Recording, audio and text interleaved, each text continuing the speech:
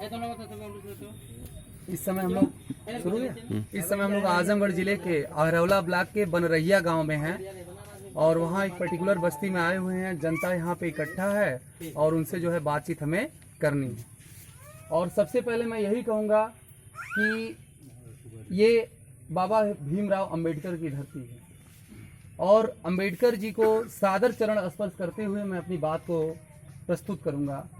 अंबेडकर जी का संघर्ष जो है अतुलनीय था। संघर्षों से होते हुए वो कोलंबिया यूनिवर्सिटी तक पहुंचे और कोलंबिया यूनिवर्सिटी में उन्होंने लॉ की पढ़ाई की। आप लोगों को धूप लग रही है सर, थोड़ा सा इधर बस नहीं अरे धूप लगी, इधर आ जाइए, इधर आ जाइए,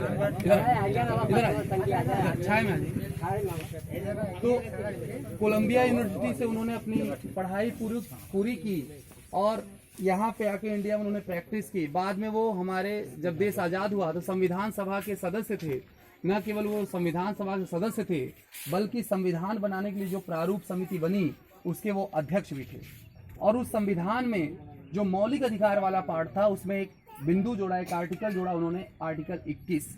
और उस 21 आर्टिकल में लिखा प्राण एवं दैहिक स्वतंत्रता का अधिकार, जिसके अंतर्गत ये बताने की कोशिश की गई है कि मनुष्य को गरिमामयी जीवन जीने का अधिकार है। अगर कोई मनुष्य है तो गरिमामयी जीवन जिएगा, जिसमें स्वच्छ जल, स्वच्छ हवा और स्वच्छ भोजन वो करेगा। और उसी से जुड़ा हुआ है स्वच्छ मल त्याग, ऐसा मल त्याग जो स्वच्छ रूप से, यानी शौचालय का प्रयोग।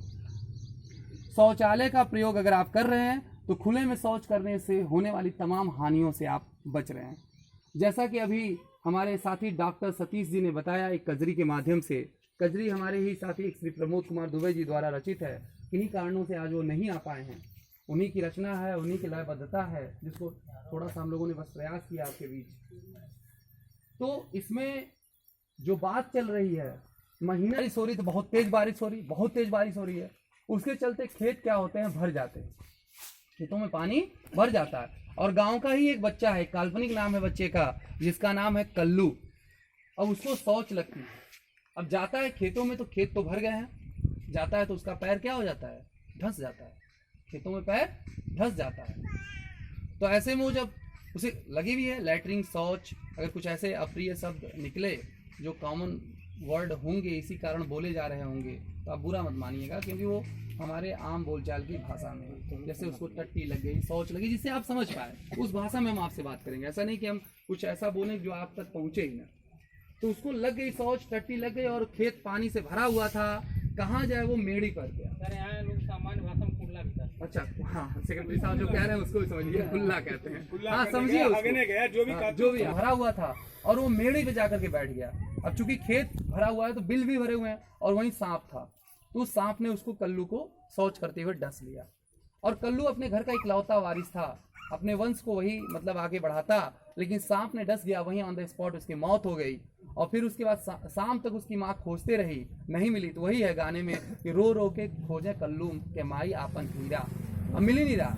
अब सोचिए सन 2018 में 21वीं शताब्दी में कोई, जहाँ पे विज्ञान इतना प्रगति कर रहा है, मोबाइल है, कैमरा, लैपटॉप, तमाम चीज, 6 लेन है, बुलेट ट्रेन है, वहां पे कोई शौच करते हुए किसी का वंश उजड़ जाए, ये कितने दुर्भाग्य की बात है कि कोई हगने गया, कोई शौच करने गया और वहीं पर उसका वंश उजड़ गया। ये घटना इन्होंने कजरी में पहले अंतरे में गाई।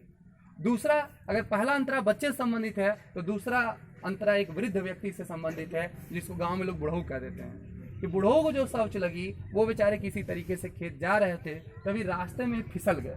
अब फिसल गए तो कमर के हड्डी पे उनको चोट लग गई। उनके घर वाले किसी तरह उठा के डॉक्टर के यहाँ ले गए, 1 लाख, 1.5 लाख, 2 लाख रुपया भी लगा, लेकिन उनकी कमर ठीक नहीं हुई। और जो उनकी बाकी जिंदगी बीती वो खटिए पे ही बीती, उसी खटिए पे खाए पिए, लैटरिन किए। तो वही कि जिंदगी भर वो खटिया पे घुरलें, है ना, और उसी पे वो मर गया। 1.5-2 लाख जो उनके इलाज में लगा, उससे बहुत कम में आपका शौचालय बन गया होता उनका, और वो बच गई होती कमर की हड्डी उनकी। तीसरा जो अंतरा है इनका, वो ऐसे ही एक काल्पनिक नाम को लिया गया है जिसका नाम है चैतू।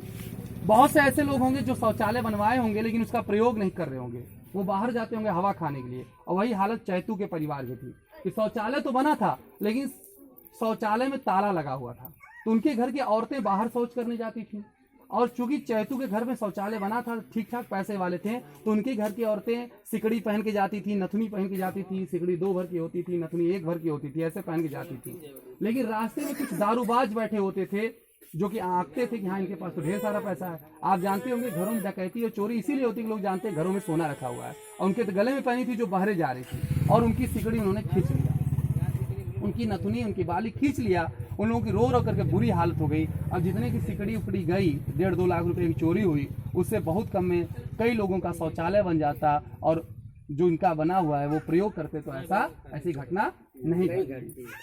अब जो चौथा अंतरा है वो सबसे बेशकीमती अंतरा है। चौथे अंतरे में क्या बात है? चौथे अंतरे में जो है कल्पना की गई है वो तेतरी के परिवार की कल्पना की गई है कि तेतरी के परिवार की एक बच्ची जिसका नाम चंचल है, वो जाती है शौच करने, और चंचल पे एक दरिंदा कई दिन से नजर रखा हुआ था। जब भी वो शौच करने जाती थी वो पीछे पीछे जाता था, खेत में छुपा होता था, और एक दिन मौका पा करके वो उसी में खींच लेता और उसके साथ दुराचार करता। आए दिन पेपर में पढ़ते हैं ना कि बच्ची गई शौच करने, महिला गई शौच करने तो दुराचार। अभी मुबारकपुर में एक महिला गई थी रात के 8 बजे तो उसको खींच ले उसके साथ। सुप्रीम कोर्ट का आया वर्डिक्ट कि दुष्कर्म ही दुष्कर्म, कितने दुष्कर्म होते हैं और ज्यादातर दुष्कर्म शौच करते ही होते हैं, तो वहाँ पे खींच लेती है और दुराचार हो जाता है। अब तो तेतरी जिंदगी भर मुंह दिखाने लायक नहीं रहे ना। बेटा कहाँ जा रहे हो तुम लोग? आओ 10 मिनट तुम लोग। उससे क्या इज्जत बचाने के लिए इज्जत घर का निर्माण नहीं किया जाना चाहिए? क्या इज्जत बचाने के लिए इज्जत घर का निर्माण नहीं किया जाना चाहिए? और सबसे बड़ी प्रश्न है कि जब तक हम लोग गा रहे हैं, बोल रहे हैं, देखिए हमारी मोबाइल तो ऑन ही है, साथ ही साथ आप लोगों की भी मोबाइल ऑन है। ये मोबाइल बड़ी मतलब काम की चीज़ है। जैसे चाकू सब्जी काटने के लिए होती है, लोग गला भी काट देते हैं, ठीक वैसे इस मोबाइल से भी कई गलत काम भी हो जाते हैं। जैसे वहाँ कोई बच्ची शौच कर रही है और कोई दरिंदा छुपा हुआ है तो दूर की बात को नज़दीक कर सकता है, उसमें है। जो लोग चलाते होंगे समझ रहे होंगे, ऐसा होगा। स्क्रीन टच वाले मोबाइल में ऐसे नज़दीक कर लेते हैं और उसका पूरा शरीर, नंगा शरीर उस मोबाइल में कैद हो जाएगा। जो शौच करते हुए शरीर है उस मोबाइल में कैद हो जाएगा, और वहाँ से लोग फेसबुक, व्हाट्सएप तमाम मंच है जहाँ पे उसको शेयर कर देते हैं, और फिर घर की इज्जत क्या है चली जाती है।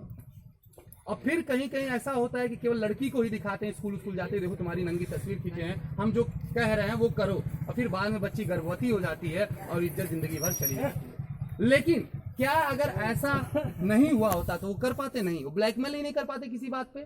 अगर वो बच्ची शौच करने नहीं जाती, खुले में शौच करने नहीं जाती, शायद ये घटना नहीं घटती।